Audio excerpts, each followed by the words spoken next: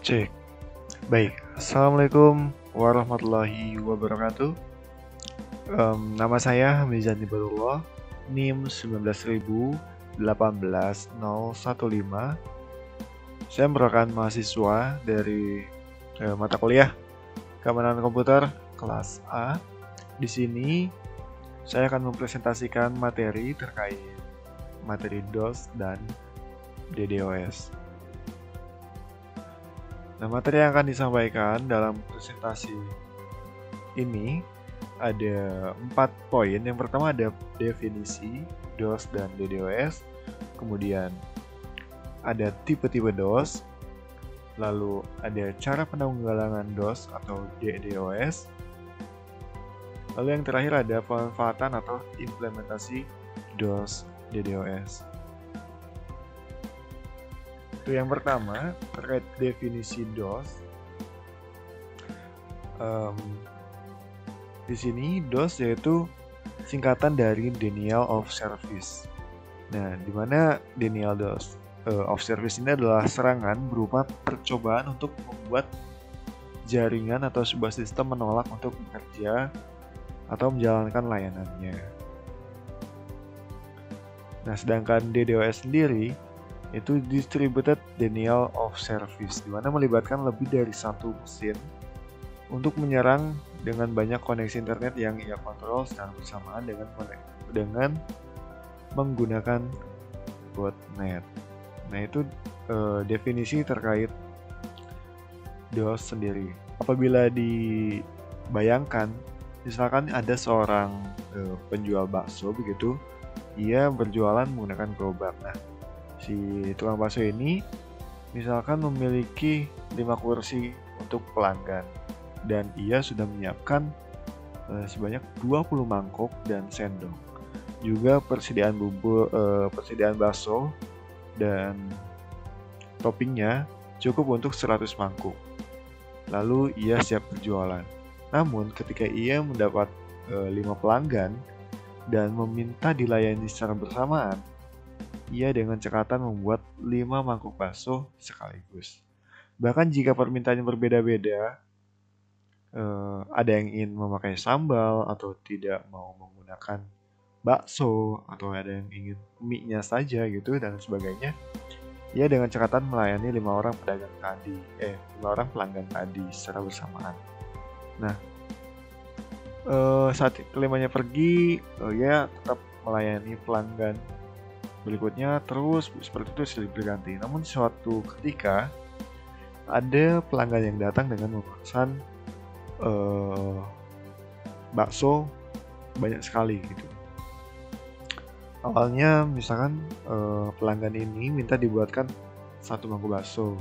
Nah, saat si penjual baru saja membuka kuali, pelanggan memesan lagi mangkuk kedua.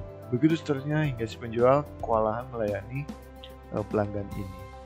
Nah, jadi permintaan yang banyak secara sekaligus itu tentu membebani penjual.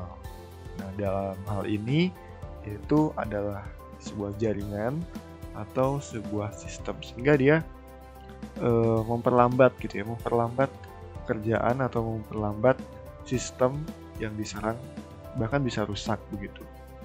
Nah, itu tadi untuk definisi dari DOS dan DDoS. Contohnya nih, layanan website tidak dapat ditampilkan. Biasanya kita akan melihat yang seperti ini ya teman-teman.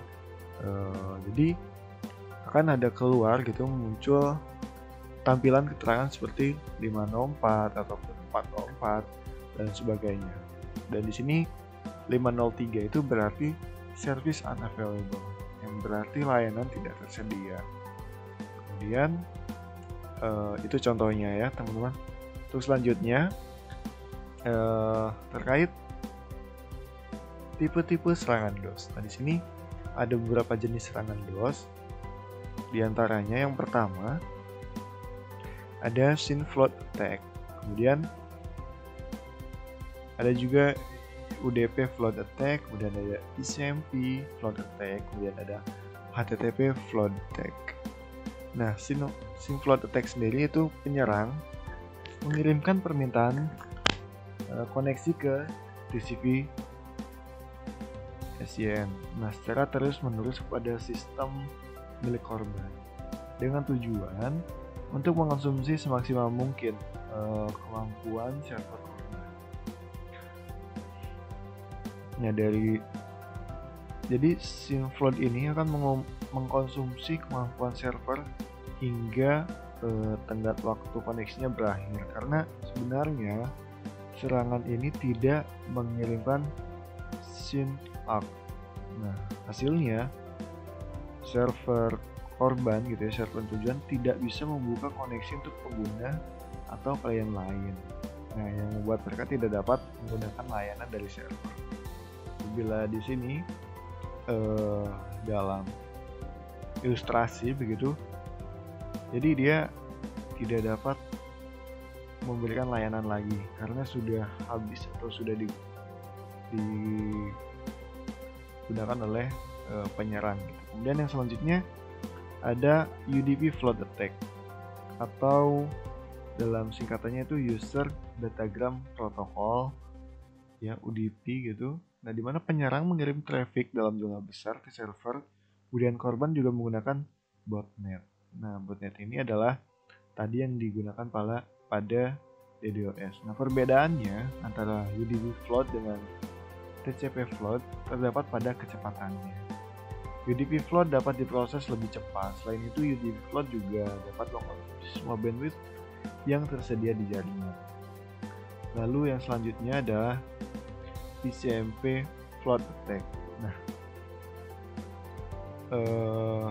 ketika penyerang menggunakan botnet untuk memberikan paket ICMP dalam jumlah besar ke server target dengan tujuan untuk mengkonsumsi semua bandwidth yang tersedia dan mengganggu akses dari pengguna normal gitu ya. Di serangan ICMP ini, atau dalam kepanjangannya Internet Control Message Protocol, seperti yang tadi dijelaskan, ini membutuhkan serangan ini membutuhkan jumlah traffic, kemudian request dan respon. Nah, ICMP yang cukup untuk mengkonsumsi semua bandwidth yang tersedia pada jaringan target. Nah, salah satu contoh serangan ini adalah dengan perintah ping gitu ya, yang biasanya untuk menguji koneksi internet 2 titik dalam sebuah jaringan.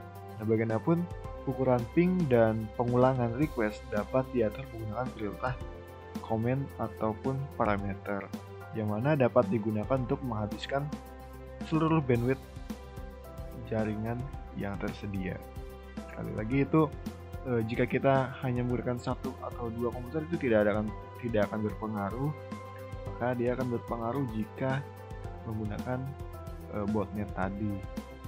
Kemudian selanjutnya cara menanggulangi serangan DOS ataupun DDoS. Nah, jika serangan DOS terjadi, penting sekali bagi kita untuk mengaktifkan respon cepat gitu ya, untuk meminimalisir kerusakan, karena sejatinya DOS ini tidak bisa kita cegah ya, karena kan dia secara real time gitu dia menerima layanan, jadi kita tidak akan pernah tahu kapan DOS ini terjadi.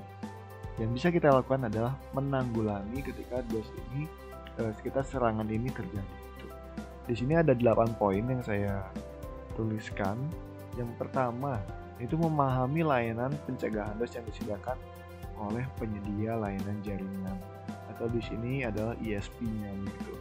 Kemudian yang kedua, jika serangan DDoS terjadi, berikan alamat IP penyerang pada penyedia layanan jaringan.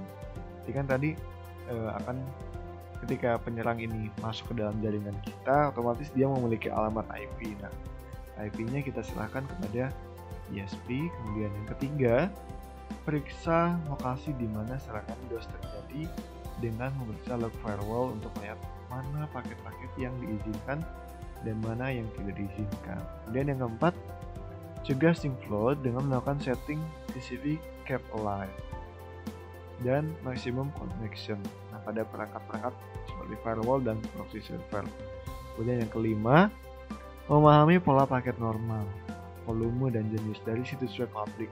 Kemudian periksa apakah ada pola abnormal yang terjadi secara teratur gitu. Ini sangat diperlukan juga kita terus mengawasi lalu lintas jaringan pada server kita. Kemudian yang keenam, konfigurasikan pengaturan firewall untuk memblokir lalu lintas masuk dari alamat IP yang di reserve. Loopback, kemudian private, klien DHCP yang belum ditetapkan, dan multicast dan alamat lain yang terdaftar di RFC 5735. Nah, konfigurasi ini juga harus diminta kepada penyedia layanan jaringan untuk diterapkan. Kemudian yang ketujuh, memahami proses serta jumlah bandwidth jaringan yang dibutuhkan untuk keperluan jalannya bisnis. Kemudian periksa pengaturannya pada server.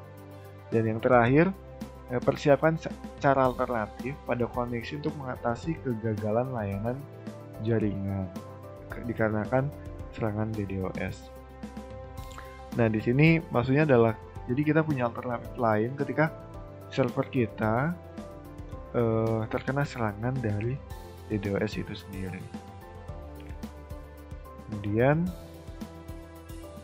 selanjutnya adalah pemanfaatan atau implementasi DDoS. Di sini ada beberapa ya cara jika kita ingin menggunakan DOS ataupun DDoS. Yang pertama di sini ada yang namanya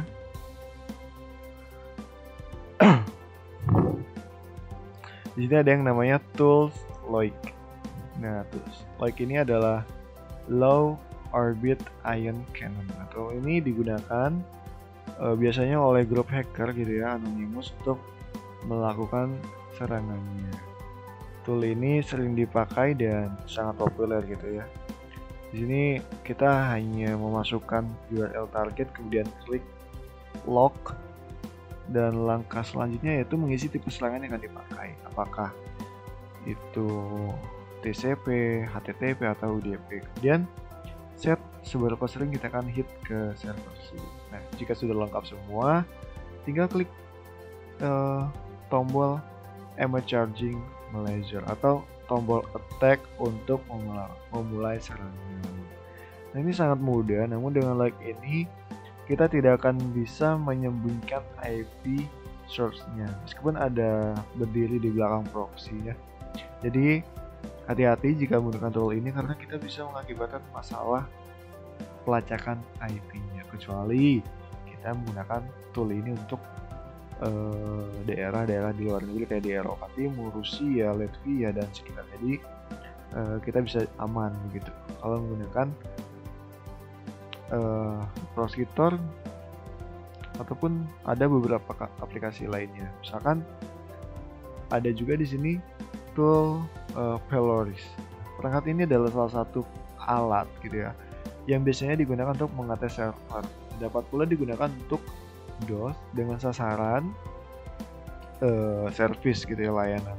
Tool ini dapat memanfaatkan SOC proxy dan koneksi SSL. Nah, sasarannya bisa HTTP, FTP, SMTP, IMAP, dan Telnet. Caranya ya kita tinggal masukkan hostnya apa, kemudian portnya, lalu attack limitnya berapa, connection limitnya berapa, dan sebagainya. Lalu jika sudah diisi, klik launch.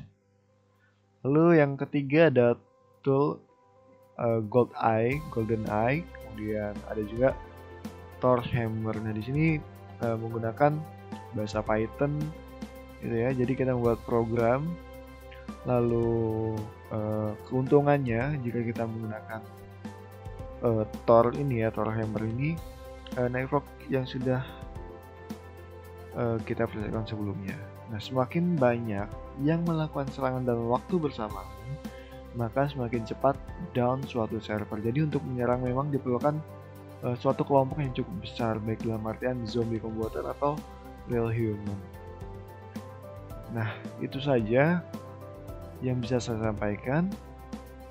Cukup sekian, terima kasih. Dan di sini ada catatan presentasi DOS atau DDoS ini hanya untuk pengetahuan saja. Jangan dicoba ke website orang lain atau website resmi. Jika ingin mencoba serangan DOS, maka cobalah pada sistem yang dibuat sendiri agar tidak menimbulkan kerugian bagi orang lain. Oke, terima kasih, itu saja dari saya. Terima kasih. Wassalamualaikum warahmatullahi wabarakatuh.